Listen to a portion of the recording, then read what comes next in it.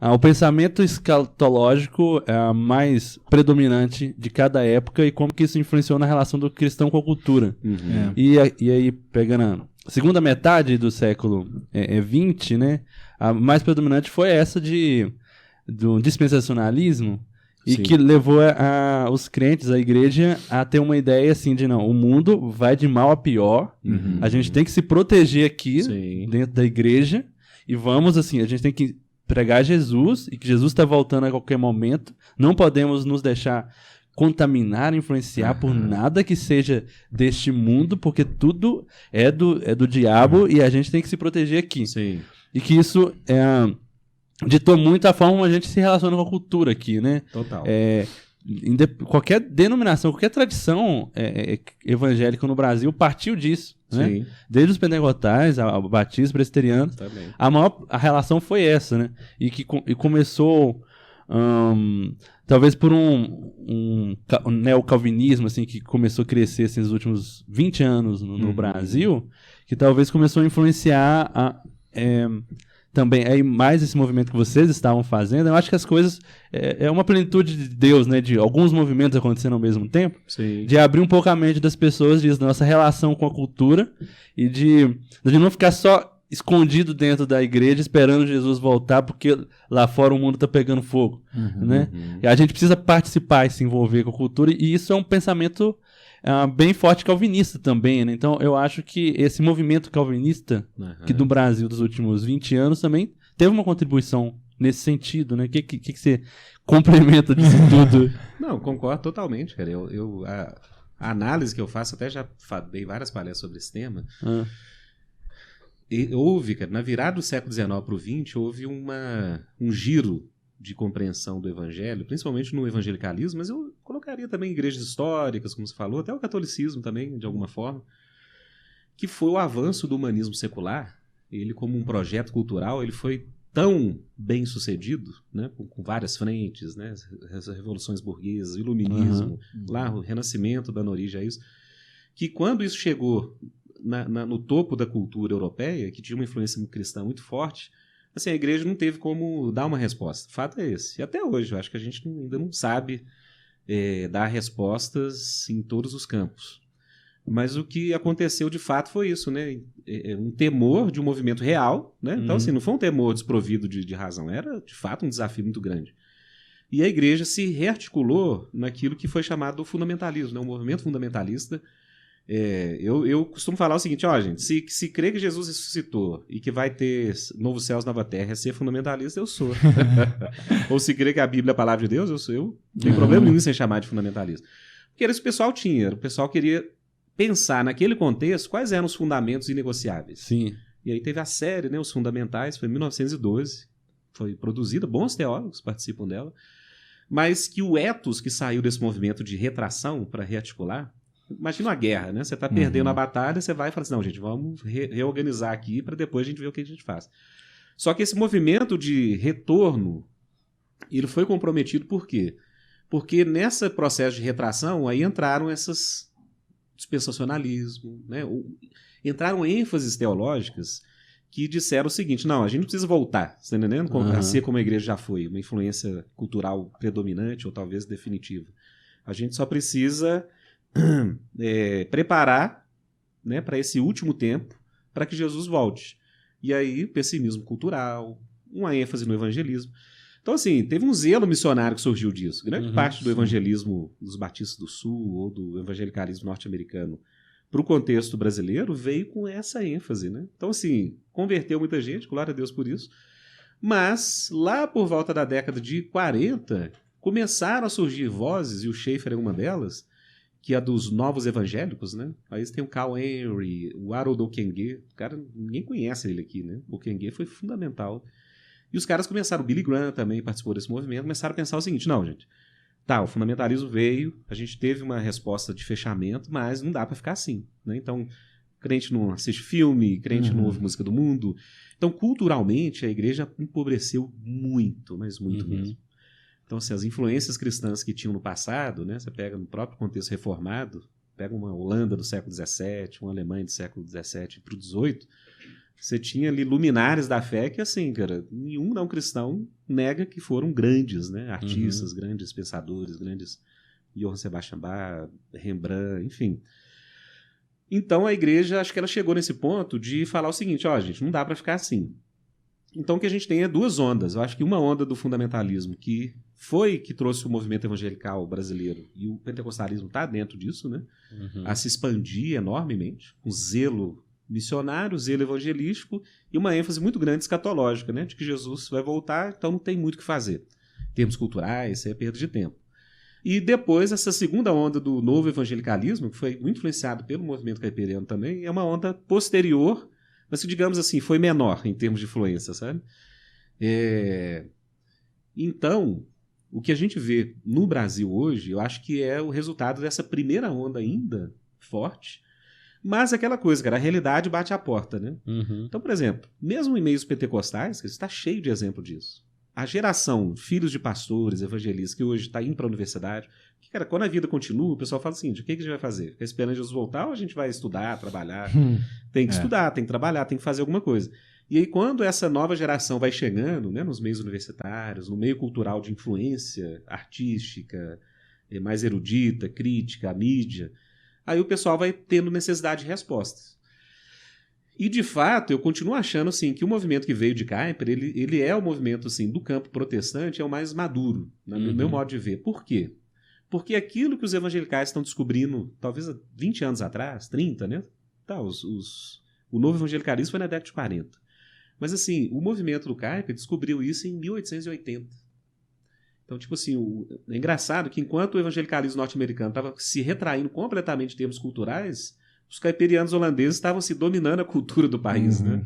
Tá, a Holanda passou por um processo depois de secularização muito forte, né? Tem formas de explicar isso. Mas o que eu vejo é isso. Eu ainda creio que esse movimento, né, do neocalvinismo, do caipirianismo, já tem uma crítica interna própria, né? Hoje tem a teologia pública surgindo. Mas eu acho que foi um movimento assim, muito que amadureceu bastante, porque enquanto os cristãos estavam começando a se defender e sair do mundo, eles estavam, cara, fundando universidade, fundando partido, estavam criando arte, né? Os caras estavam assim, retomando um fôlego que a igreja tinha perdido no Ocidente. Então, por isso eu acho que essa tradição ainda é importante, e por mais que ela tenha uma relação com o calvinismo, eu acho que o fruto dela já foi para outras tradições. Né? Então, por exemplo, você pega um cara igual o Gutierrez Siqueira, pentecostal da Assembleia, mas um cara que pensa sobre cultura de uma forma muito madura, né? Gosta de Kuyper também, mas ele continua arminiano. Ou seja, essa relação com a cultura não necessariamente precisa, no meu modo de ver, do calvinismo como um pano de fundo teológico. Apesar de que algumas ênfases do calvinismo facilitam muito, sabe? Facilitam muito mesmo essa compreensão. Sim. Como graça comum, né? Graça por exemplo, comum, essas coisas. soberania de Deus, né? O senhorio de Cristo. O Schaeffer traduziu isso muito bem, né? O senhorio de Cristo sobre todas as áreas da vida. Acho que isso, assim, encaixa muito bem com a teologia calvinista. Mas aí aquela coisa, né? É um calvinismo... Por exemplo, eu cheguei ao calvinismo não pelos 5 pontos, né? Que geralmente é a discussão... Cara, eu cheguei pelo calvinismo por essa capacidade de ver Deus em tudo. Sim. Falar assim, cara, esse aqui é de Deus, cara. Deus está por trás de tudo. Que eu acho que é uma das maiores riquezas, né? Não que, é claro, os 5 pontos não sejam, né? Mas, assim, pensar na teologia formada por esse aspecto, eu acho que enriquece demais, assim.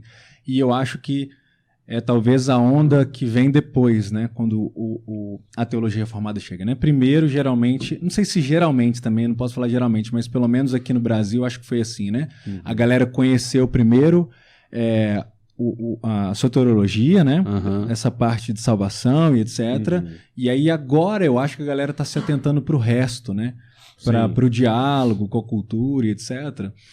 E assim, só fazendo porque a gente está falando aqui de muitas categorias, né? E eu não sei, por exemplo, quem está ouvindo, se já tem tudo isso claro na cabeça, né? Sim. Por exemplo, você falou sobre a questão da igreja. A igreja, ela está o tempo todo, assim, com uma mensagem, né?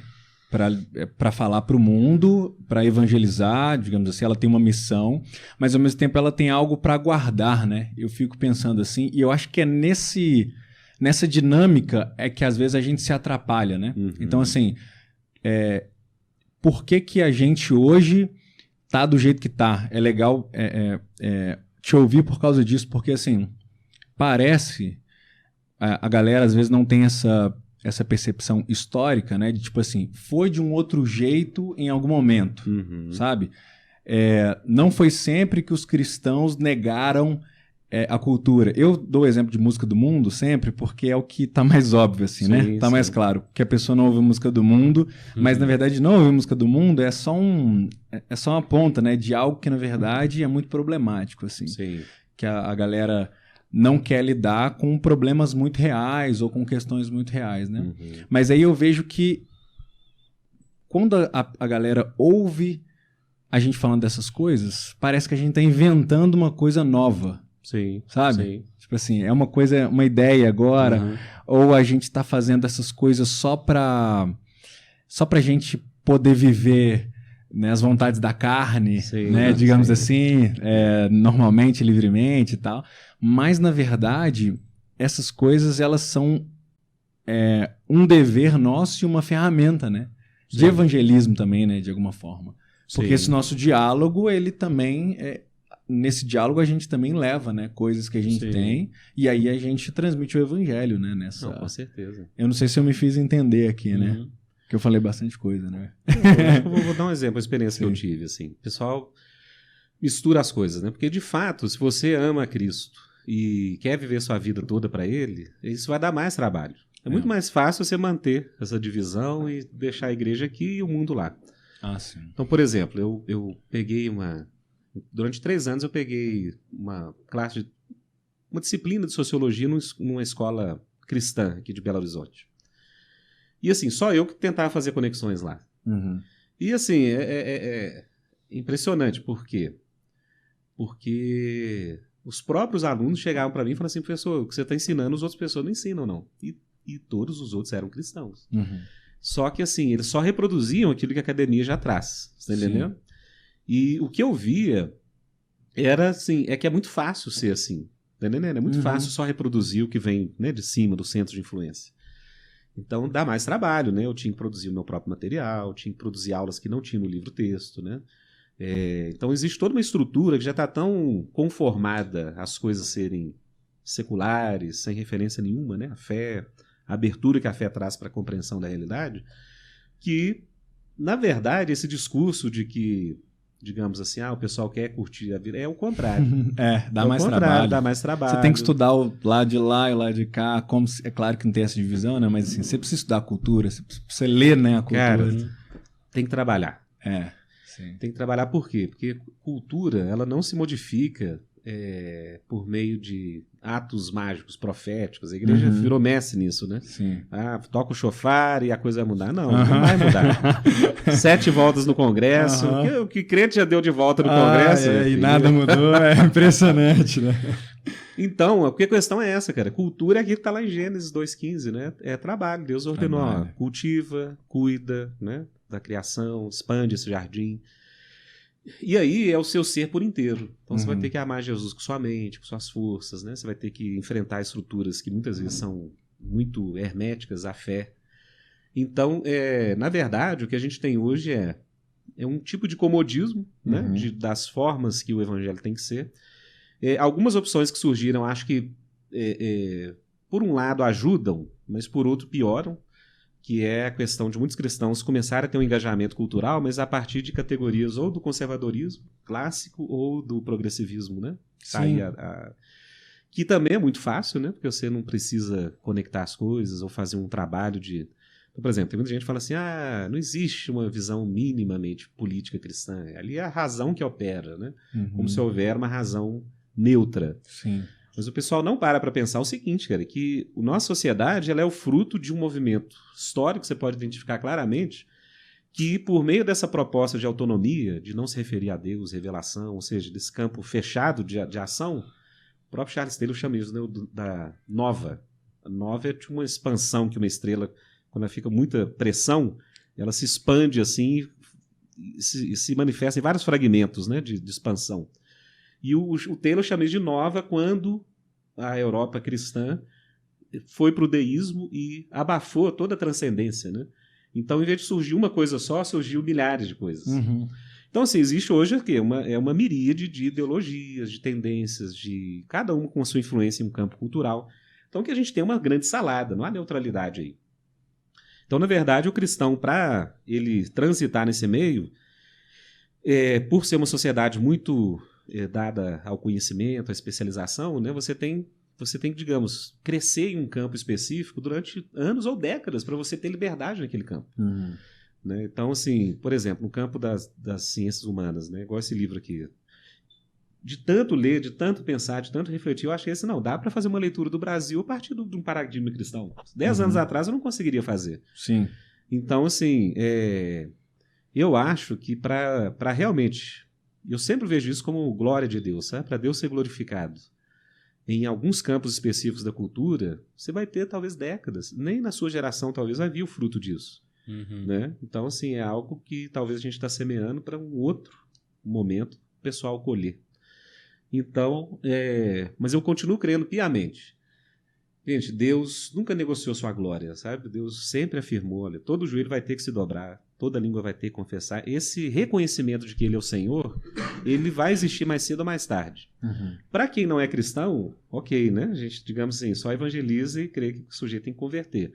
Mas para quem é cristão, há que se demonstrar isso hoje. Né? Então a gente tem que viver na criação de Deus, reconhecendo que Ele é o Deus e o sentido de tudo. Sim. Então esse discurso eu acho que ele é fácil. Né? O discurso de falar, não precisa fazer isso não, vamos ficar aqui na igreja, evangelizar. E não dá certo, né? Porque a cultura vai te influenciar de uma forma que você não estava esperando.